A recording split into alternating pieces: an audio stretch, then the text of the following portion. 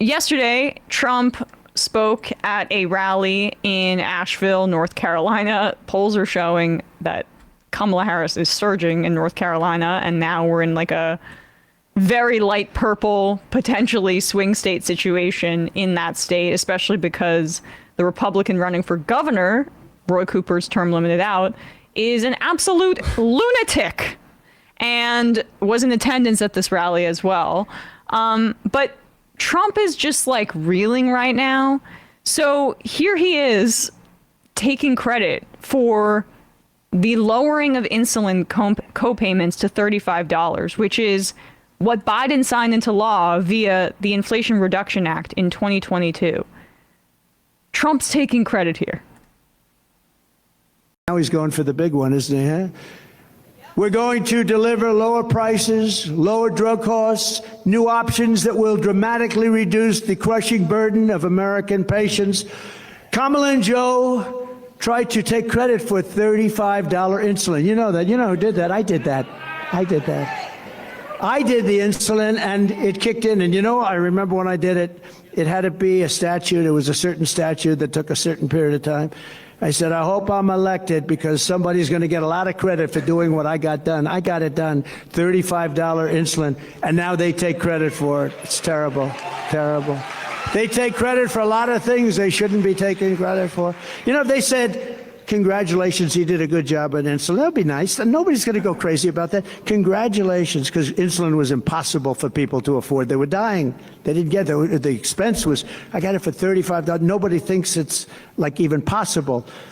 But they could say like, you did a great job, thank you very much. Or you did a good job. But instead, they say, we brought insulin in at $35. It's a lie. Kamala is fighting for health care for illegal aliens and fighting. Yeah, later in a minute, like he barely can bring up Kamala. I watched a lot of this. He repeatedly referred to the candidate that he was facing as he over and over again. He brings up Biden, probably, I don't know, at a 3-1 margin with Kamala. Like the dude is just desperately wishing he could manifest Biden back in the race. Or he's having trouble establishing new short-term memories for some unspecified reason. Who knows, right? Who knows? But like, I mean, this is an outrageous lie. This is the fact of the situation. $35 insulin was Trump, and this isn't, by the way, this is from June. Trump has been claiming credit for this for months. He says that Biden had nothing to do with it, but that's not the case. If we could just scroll down here a little bit. The Trump administration, yes, during COVID, established a voluntary time-limited model under the Center for Medicare and Medicaid, known as the Part D Senior Savings Model. It saved some prescription drug plans under Medicare Part D. It capped them from 2021 to 2023. And this was essentially an emergency measure. But Biden signed this into law as a part of the Inflation Reduction Act, which then also used Part D to charge no more than $35 per month for all covered insulin products, and also limits cost sharing for insulin covered under Part B to $35 a month. Deductibles no longer apply to insulins under Part D or Part B, and this took effect in 2023. Again, this was legislation by Biden that was there, and you can see like the comparison there, that was implemented for the rest of the country. And that's not all that the Biden administration did on this front. Can we just pull up the E here? Because this was announced this morning, and I'm encouraged to see that Kamala Harris seems to be hiring or talking to Obama-era foreign policy people for her administration, but keeping a lot of the Inflation Reduction Act economic people we'll see on Lena Khan and antitrust, but on like the economic brain trust. What'd you say?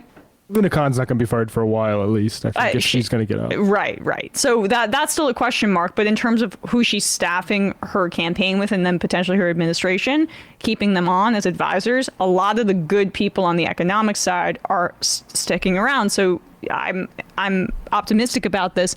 This was what was announced by the White House today, this morning. the Medicare has finally been allowed via, again, the Inflation Reduction Act to negotiate with drug companies. Previously, this had been barred.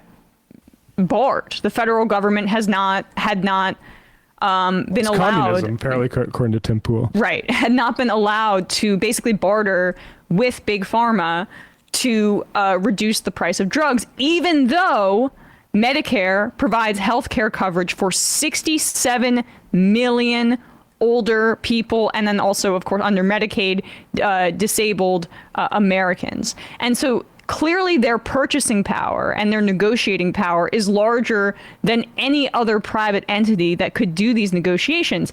When the government used its leverage with Medicare to say, hey, now we can negotiate with you directly, this is the result. So Eliquis for blood clots used to be $521, and again, this takes effect in 2026, so this is not happening yet. But the new negotiated price announced today, $231. Jardiance, which is for diabetes and kidney disease, heart failure, from $573 down to $197. You can see that, I mean, I don't need to read all of these here, but these are some of the most common drugs used in Medicare for seniors in particular that have now been more than halved, reduced by 2/3 in some instances, just by the fact that Medicare now negotiates directly with Big Pharma. And that's money saved to like the American taxpayer, as they say, that doesn't go straight to these profit-seeking enterprises. That's the other piece of it, which is like the $6 billion in savings for the Medicare program in and of itself. And then in 2026, eventually it'll be $1.5 billion in total savings for seniors. So these are tangible results here. And Trump is just lying because, of course, no Republicans voted for this. None. Right. Yeah. Yeah.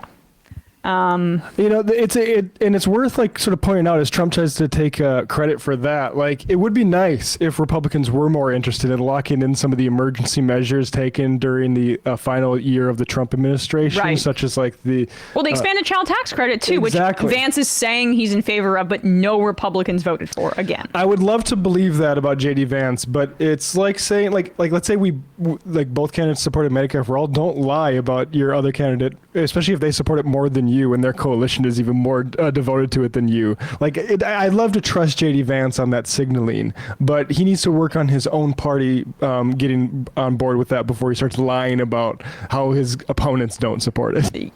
I don't even think he earnestly supports it, honestly, either. Of course not. Yeah, He definitely does. not. Not.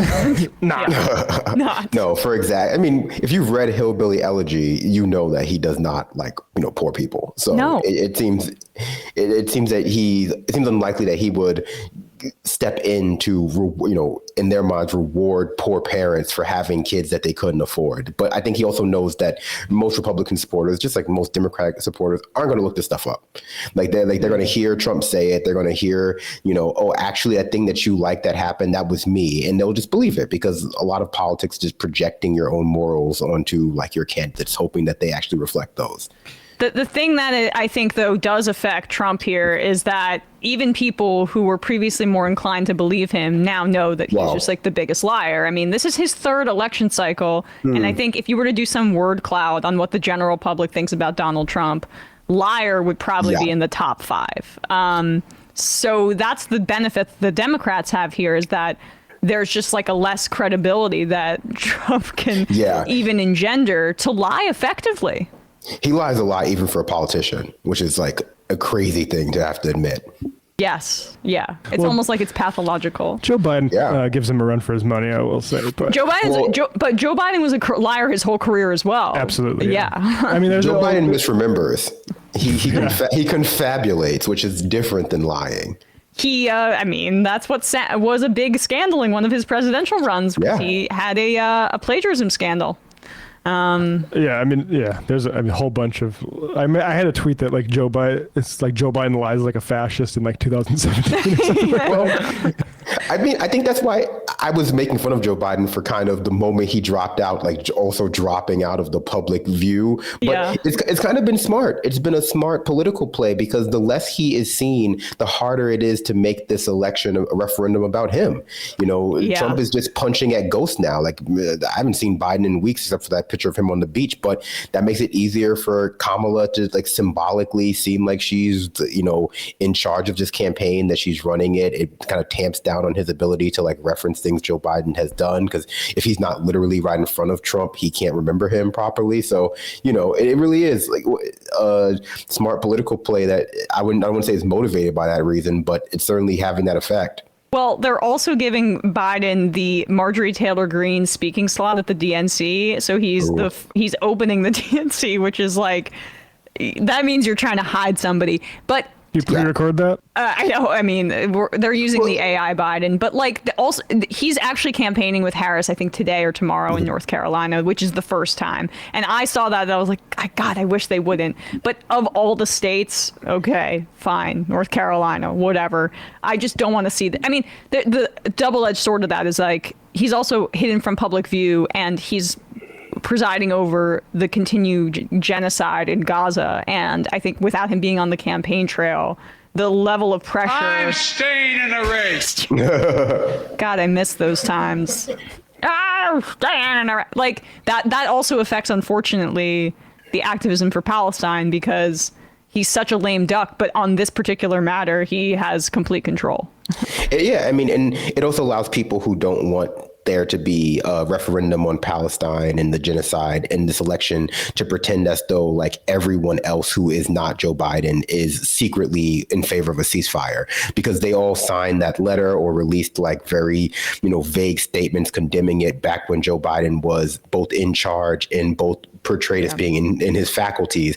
And, you know, as long as he can still sort of be said to be in charge, they can pretend like this is just going to be one of those things that they can't act on until the election is over, which, you know, I guess we'll have to see.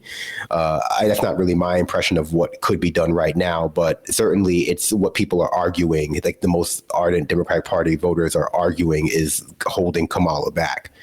I'm sympathetic to that to a degree. I think, you know, she has an official ceremonial role as VP, and she's hearing from everybody that she can't break from Biden. I think that, though, the pressure should continue, and what she can say, she needs to, and that's why the pressure should continue. But I do think they're concerned that if she signals some major policy shift, then Netanyahu is going to try to, like, I just think we can't be held hostage by that. Well, the guy's a lunatic. Yeah. I also think that she's at this point, she's pulling so far ahead basically on like vibes and, you know, not even vague promises, but like just actual character attacks on the Republicans, that any policy that she's not speaking out on, anything she's distancing herself from, can be seen as like a political choice, like not necessarily for expediency, but for, you know, she's signaling to the people, the donors, that this is what she's actually about. Because I think she could speak out in front for Medicare for All. I think she could speak out for, you know, ending the genocide in Gaza, and her numbers would still probably go up. I don't think that there is this huge contingent of Democratic voters who are so pro-Israel that they would accept another Trump, another Trump. I agree. Her numbers would go up. But I don't think that's why I don't think it is a political calculation. That my thinking is that they feel it's a delicate situation, and they don't want to inflame tensions and have Netanyahu like bomb the shit out of Iran or something. But he might do that anyway. And he might wait until she gets elected and like January 21st do it, which would be even a bigger disaster. He could do it at any time. I think that's one of the biggest like issues with the way Israel is portrayed in the West and Western media. Like they're portrayed as a rational actor who's acting like rationally in the way that they pursue this war. And it's clear that they're in a death spiral. And their goal now is to pull America into that death spiral so that after this genocide is over, it becomes even harder to prosecute them for like war crimes. It becomes harder to disaggregate what they did from what happened when the UK and US got involved and what happened when Iran got involved. And, you know, I think it really, for better or worse, and probably for worse, they're just going to try to avoid that issue until the election's over. The Jerusalem Post reported yesterday, which I do not believe, by the way. I think Jerusalem Post is a right-wing rag. It's a right-wing rag. It used to be called the Palestine Post about 80 or so years ago anyway. But they reported that I think the CIA or America intelligence broadly sent people to Iran to let them know info on Mossad agents within Iran. And I've seen people say this is almost probably not true, and I believe that. I'd say I wish it was true. I wish it was true. No, that's probably just like a way to like subtly pressure the U.S. to show even more allegiance to Israel. Working the refs. Yeah. Well, that's why if you turn on the nightly news, it's like Israel bracing for potential Iranian attack every day, because a huge part of their propaganda effort is to constantly portray themselves as under threat from scary Arabs. Hey, folks, don't forget to hit the subscribe button and check out our daily show. We do it every day at 12 p.m. Eastern for about 2.5 hours. We even take phone calls. You should check that out.